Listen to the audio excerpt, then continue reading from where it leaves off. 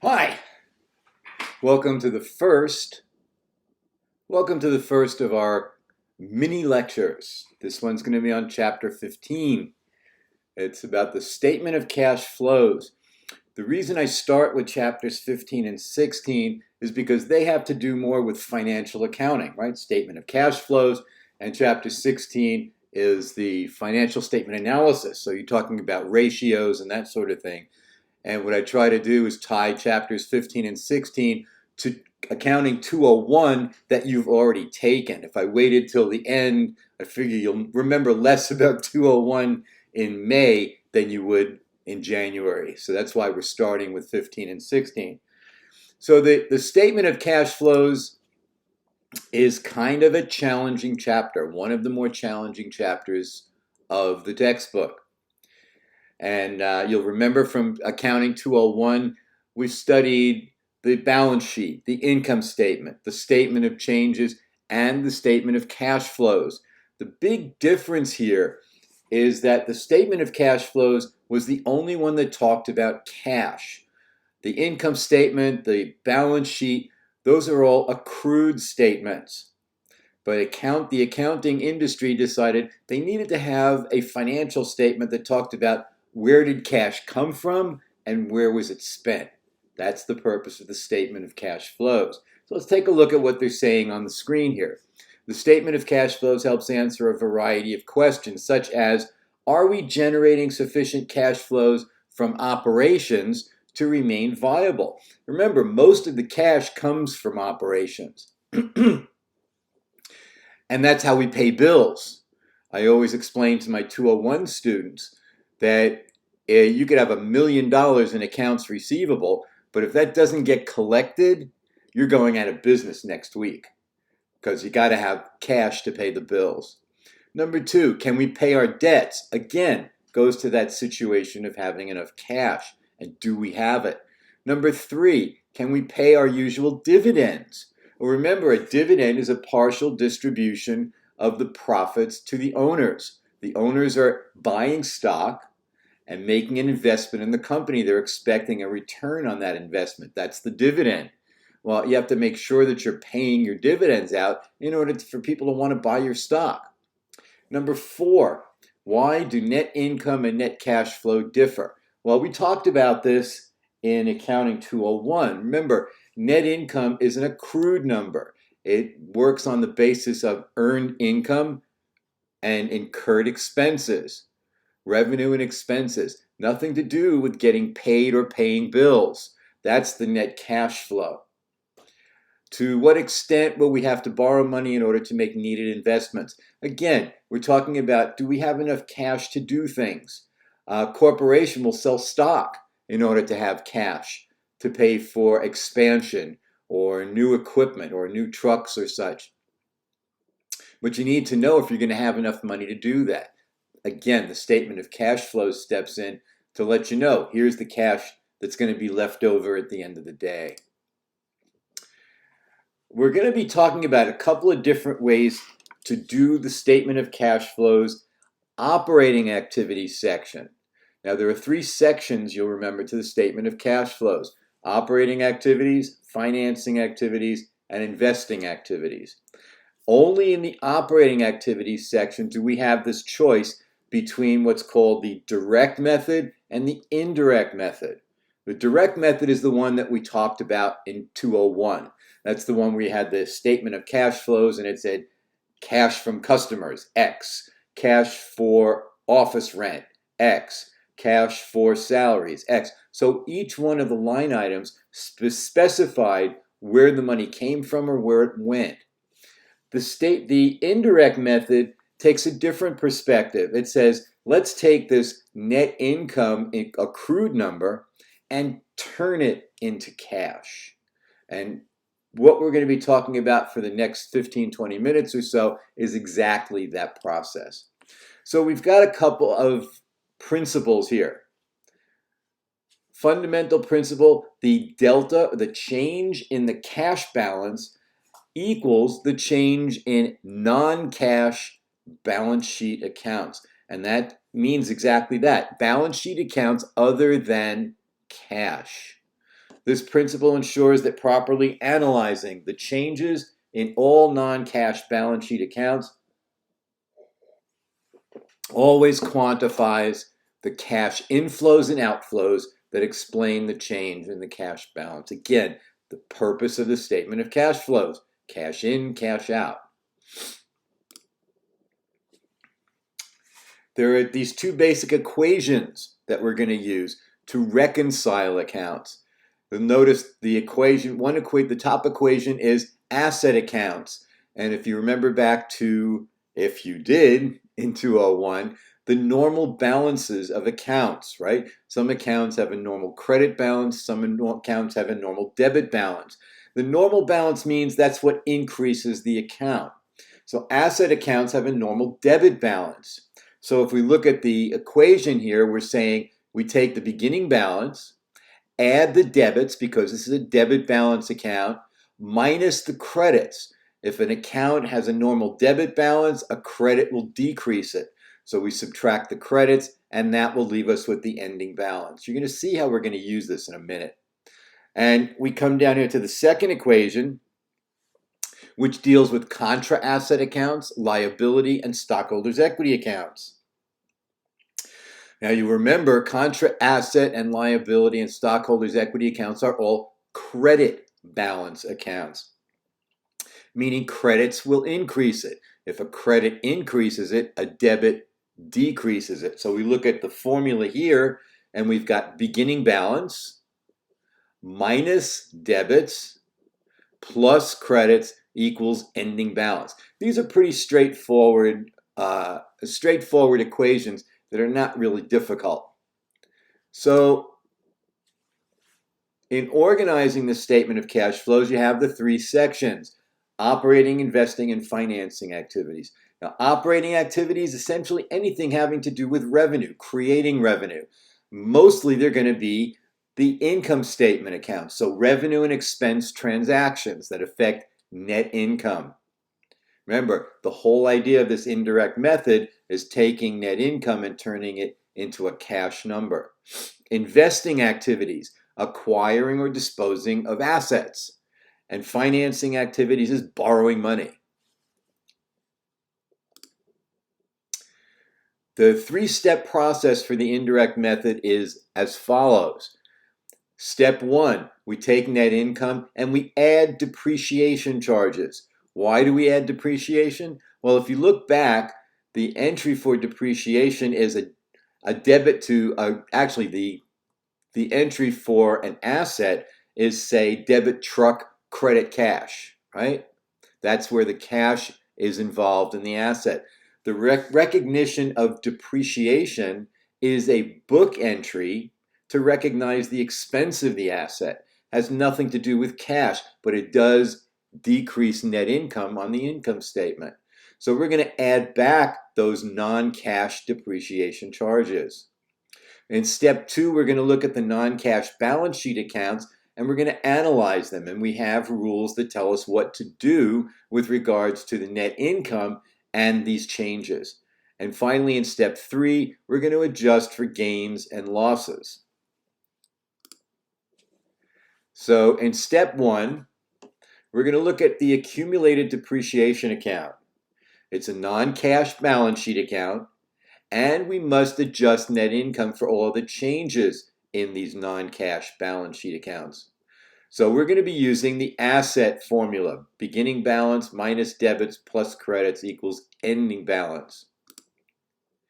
So if we look at the accumulated depreciation account, we have a beginning balance of $300, an ending balance of $500, and we also sold some equipment that had accumulated depreciation of $70.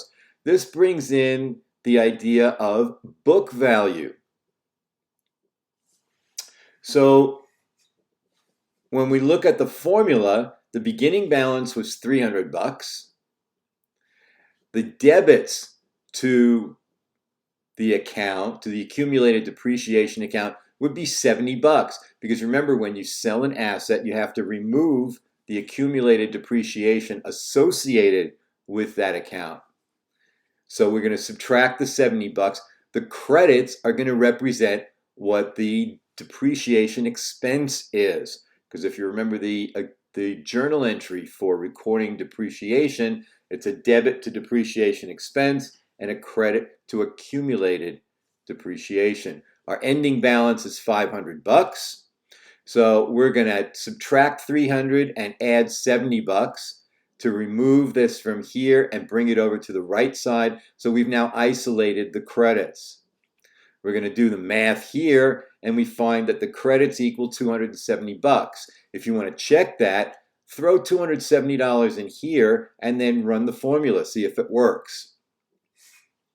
So $270 is our depreciation. That's what we're going to be adding back to net income for step one. Now, this chart is really important because this is an easy way to do the process of the operating activity section. For current assets, meaning assets that will be used up or turned into cash within a year's time, if there's an increase in the account balance between beginning and ending, then we're going to subtract that from net income. If there's a decrease in the account balance, we're going to add that back to net income. And with liabilities, we're going to use the reverse. Where there are increases in the account balance, we're going to add those to net income. And where there are decreases in the account balance, we're going to subtract them. So this chart will be really helpful in going through this process. Now, GAAP and IFRS. IFRS is International Financial Recording Standards. Those are the rules for countries, everyone but us. The US uses GAAP, the rest of the world uses IFRS. And what they say is gains and losses need to be removed from net income. Why is that? Or if you remember, when you sell an asset, you compare the book value, which is cost minus accumulated depreciation, with the purchase price or the sale price. And the difference is either going to be a gain or a loss. And that's going to go into that bottom section of the statement of the income statement, non-operating items. Well, we're also going to be taking that in investing activities section. We're going to be taking the entire sale and adding that to the investing activities section, because assets are things that companies invest in.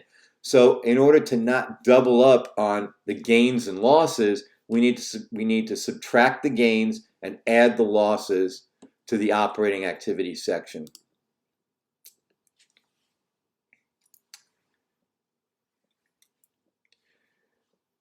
So here are the investing activities section. We're going to look at the differences in these accounts. Increase in the account balance for assets. Again, we're going to subtract the increases, add the decreases. And for liabilities and stockholders' equity, financing activities, we're going to do the reverse. We're going to add the increases and subtract the decreases. We'll take a look at retained earnings. It's a little bit of a special situation. So here's property, plant, and equipment, a long-term asset. We have a beginning balance of $1,000, ending balance of $1,800. The original cost of the equipment was $100. The accumulated depreciation at the time of sale was $70. So 100 minus 70 gives us a $30 book value. We sold the equipment for $40, so 40 minus 30 left us with a $10 gain on the sale of the equipment. So we come down to our equation for asset accounts. We got a beginning balance of $1,000. We don't know what the debits are, but we know we have a credit of $100, because remember, when you sell equipment, you need to take it off the books. The original cost of the equipment sold was $100. So 1,000 plus the debits minus the $100 equals an ending balance of $1,800. So we're going to subtract the $1,000. We're going to add the 100, leaving the debits isolated here. We're going to do the math here, and we come up with a $900 debit to property, plant, and equipment, meaning that we purchased an additional equipment for $900. So we have a cash outflow here for investing activities of $900, and we have a $40 inflow from the sale of the equipment. So let's go put together a statement of cash flows. And remember, we're using the important thing to remember when you're reading this chapter and when you're working the problems, periodically stop and remind yourself, what am I doing? Because we get involved in some pretty complex calculations, and then we come up with a number, and it's like, why did I do this? What's this number mean? So remind yourself periodically, we're doing a statement of cash flows, operating activities section, indirect method. And we start with an income statement, which gives us the net income that we're going to begin our cash flow statement with. And we have comparative balance sheet. So we have a beginning and ending balance for the non-cash accounts. And here are the changes. That's what we're looking for. We also have some additional information. In number 1, we sold equipment. Or actually, they sold a store. The original cost was $15 million. The accumulated depreciation was 10, which means our book value was 15 minus 10, or $5 million. The cash proceeds from the sale were $8 million, so 8 minus 5, we had a gain of $3 million. Number 2 tells us that the company didn't issue any additional bonds this year, which means that the change in bonds payable is going to be solely from paying off bonds. The company did not repurchase any of its own common stock during the year. Remember, repurchasing stock, we found out in 201, is called treasury stock. And that didn't happen this year. And finally, in number 4, they tell us the company paid a cash dividend during the year. So again, we go back to that first step. What's the depreciation? Well, our beginning balance in accumulated depreciation is $561 million. We're going to subtract the $10 million, which was the original cost of the store that we sold. And we had an ending balance of $654 million. So we subtract 561 from this side, we add 10. We move it over here, and we find we have a credit to accumulated depreciation of $103 million. So that means a depreciation was $103 million. And remember, step 1 is to add that to net income. Second step is looking at the changes in the accounts and following the rules for those changes. So we look here, accounts receivable. Accounts receivable had a decrease in the balance. We're going to add that. Inventory had an increase in the account balance. We're going to subtract that. Accounts payable, accrued liabilities, and income taxes payable all were increased. And for current liabilities, we add those increases to net income. And finally, we have our gain on sale of store. We need to subtract that gain of $3 million. So here's our operating activities section. We start with a net income of 140. We add back the 103 of depreciation. We add back 17 for accounts receivable. We subtract the 49 for the inventory. We add back the liabilities, 44, 3, and 4. We subtract the gain on the sale. And we end up with net cash provided by operating activities of 140 plus 119, or 259. Now for investing activities, here's our equation. We go back to that basic asset equation. We're going to take 1,394,000. We don't know what the debits are here, but we did have a $15 million sale price. So 1,394,000. We're going to subtract that. We're going to add 15 million to this side. So now we've isolated the debits. We do the math, and we find that we had a cash outflow for investing activities of $138 million. So we're going to report an $8 million cash inflow for the sale and a $138 million cash outflow from here.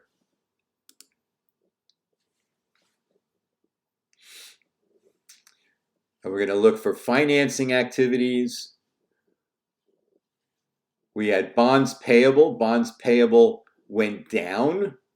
So we're going to subtract the decrease of 41. And common stock, we're going to add the increase.